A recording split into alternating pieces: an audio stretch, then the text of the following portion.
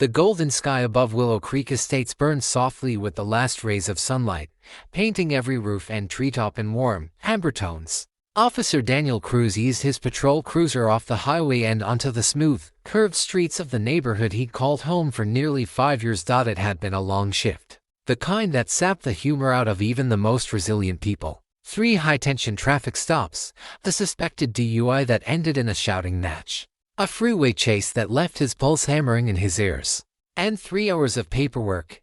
This drive home was his favorite part of the day. The world outside slowed down here. A couple of kids usually played with basketballs near the cul-de-sac. Mrs. Miller always watered her front garden at exactly 6:30, and the air smelled faintly of pine and freshly cut grass. For Daniel, it was a quiet pocket of normality after a day spent face-to-face with other people's worst moments. The thought of putting his feet up on his porch, hearing the soft hum of the crickets, and maybe sipping the last of the cold sweet tea in the fridge made the corners of his lips twitch into a tired smile. But then, in his rearview mirror, he saw it, a flash of orange, then another, blinking lights. A wobbly but persistent golf cart weaving between mailboxes and trash bins like a tiny, overly eager police interceptor. At first, Daniel thought he was just tired. He even blinked twice, expecting the image to disappear. But the lights only got closer. A small black and gold golf cart, with big white letters plastered on the side, HOA Enforcement Unit. He frowned. No way, he muttered. The golf cart swerved lightly around a corner, trying to keep pace with his full-size cruiser. Through the night air came a slightly distorted voice from an old megaphone. Pull over immediately. This is the Willow Creek HOA Enforcement Team. The megaphone squealed with feedback, cutting off the word team halfway. Daniel blinked once, then leaned closer to the mirror. Oh, they're serious, he whispered to himself. He recognized the neighborhood patrol cart. It belonged to the Willow Creek HOA, small group of overzealous volunteers who spent their evenings making sure the lawns were exactly 3 inches tall and the trash cans weren't left out past 8 p.m. They'd complained about mailbox paint shades and driveway chalk drawings. But this was new. The golf cart crept closer. 2 men sat inside. One, tall and broad-shouldered with an overconfident posture, was driving. The other, smaller and clearly nervous, was clutching the megaphone like it was a weapon he barely knew how to use. Both wore neon yellow safety vests and mirrored sunglasses despite the sun already kissing the horizon. Daniel sighed through his nose. He was still in uniform. His badge caught the dimming light. His cruiser's roof still bore the bold lettering of the Highway Patrol. The absurdity of the moment almost made him laugh. He could have sped away without effort after all.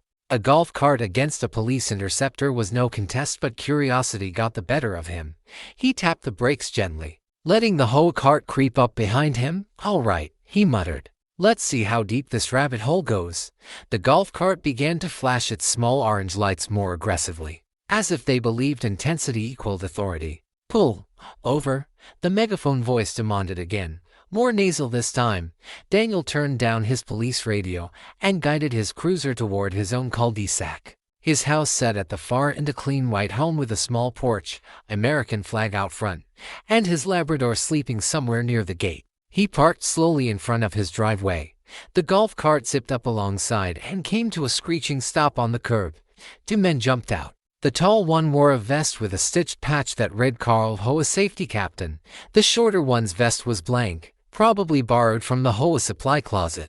Both moved with a kind of cartoonish seriousness, like kids playing cops and robbers.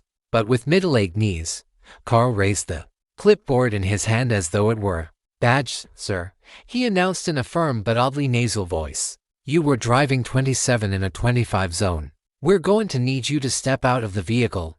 Daniel stared at him for 2 seconds before responding. I live here, he said flatly. That doesn't matter, Carl shot back, puffing out his chest. Everyone follows the rules in Willow Creek Estates. No exceptions. Not even. He paused dramatically, as if he were about to deliver a line from a courtroom drama. The Highway Patrol, the shorter man, holding the megaphone, added nervously. Yeah. The soft suburban quiet had already begun to unravel. A woman across the street, holding a watering can, froze mid-pour. 2 kids with bikes slowed down and whispered to each other. A porch light flicked on at the end of the cul-de-sac. And somewhere, A teenager with a phone had begun recording. Daniel opened his door slowly and stepped out, the click of his boots against the pavement oddly loud in the evening air. His presence changed the energy immediately, not because he was threatening, but because he radiated the kind of calm authority that comes from years of dealing with things much more dangerous than overexcited neighbors with golf carts. The shorter man, whose vest tag now read Tom, adjusted his sunglasses nervously. "Sir, this is a serious safety matter," he said, trying to steady his voice. "Speeding in residential zones endangers lives." Daniel nodded. "I agree. I've written plenty of tickets for less." Carl tilted his chin upward, sensing some kind of opening. "Exactly. So you understand why we're doing this. Just because you're highway patrol doesn't mean you can speed through our streets like you own them." Daniel's expression didn't change, but the faint amusement in his eyes cooled into something more watchful. "I didn't say I own anything," he said, "but this is a public road. HOA can't pull people over. Not me. Not anyone." Carl's face tightened. The clipboards and orange vests suddenly didn't feel as powerful, but the audience gathering behind curtains and porch railings gave him fuel. "The HOA has a responsibility to keep this neighborhood safe," he declared. "And if you're breaking the rules, then we have to enforce them. Even if you're the law outside here, the rules are ours." Daniel tilted his head, studying him not as a neighbor, but the way an officer studies a scene he's not quite sure is a joke or a problem. "Carl," he said softly, "you're making this more complicated than it needs to be." The tension was subtle at first, like the quiet before rain. Then it thickened. A curtain lifted across the street. Someone whispered, "Isn't he a cop?" Another voice answered, "Yeah, highway patrol. I've seen his car." A phone camera clicked softly. Daniel could have flashed his badge right away, but something in Carl's posture told him that wouldn't diffuse anything. It might only harden him further. He recognized that look. He'd seen it in drivers who couldn't back down even when they were wrong. Pride was a stubborn beast. He reached slowly into his pocket and pulled out his badge anyway, not to threaten, but to make things clear. He let it catch the dim gold light of sunset. "I enforce traffic laws," he said. "On highways, in cities, in towns, including the one right outside this neighborhood. And I live here. That means I follow the law, too. But you," he nodded at the golf cart with its orange lights still flashing, "you're not law enforcement." Carl blinked but forced his voice to stay steady. "Even officers have to follow HOA rules." "Of course," Daniel replied, "but you can't act like police to enforce them. That's not how this works." Tom shifted from foot to foot, clearly wishing he could disappear. Carl's jaw tightened. He stepped a little closer to Daniel, as if proximity might give him power. "We're just trying to keep things safe," he insisted loudly enough for the neighbors to hear. Daniel's tone didn't rise, but the firmness in it sharpened. "And I respect that. But there's a line between keeping things safe and pretending to have authority you don't." Tom lowered the megaphone slightly. His confidence was leaking out like air from a balloon. Daniel took one slow step forward, not aggressive, measured, controlled. His eyes met Carl's. "Do you know what happens when someone tries to detain another person without legal authority?" he asked softly. Carl's bravado flickered. "We're not detaining you. Chased me down," Daniel said, with flashing lights, through a megaphone, on a public road. "That's impersonation, Carl." The word landed like a hammer. Carl's voice cracked just a little. "We're just trying to keep things safe." "And I believe you," Daniel said. "But good intentions don't change what's legal and what isn't." The murmuring crowd went silent. Porch lights glowed softly. Tom's hands trembled slightly as he clicked the megaphone off. Carl stood frozen, clipboard hanging at his side, the air of his safety captain title unraveling in the face of real authority. Tom, finally breaking the silence, whispered, "Carl, maybe we should stop." Carl turned his head slightly toward him, and in that moment, everyone could see the power shift. His shoulders slumped. His voice was smaller now. "We just don't want people speeding here," he said. "Kids play outside. We're just trying to keep it safe." Daniel nodded, the tension in his stance easing. "That's fair. Nobody wants kids in danger. But there's a right way to do this. You talk to me. You talk to the city. You don't chase your neighbors down with golf carts." Tom gave a weak chuckle that died quickly. He turned off the orange lights on the golf cart. The flashing glow that had felt like a declaration of power dissolved into the soft blue of evening. The neighbors, sensing the scene was ending, began retreating indoors. Phones lowered. Doors clicked softly. A curtain fluttered back into place. Carl stared at the ground for a moment before looking back up at Daniel.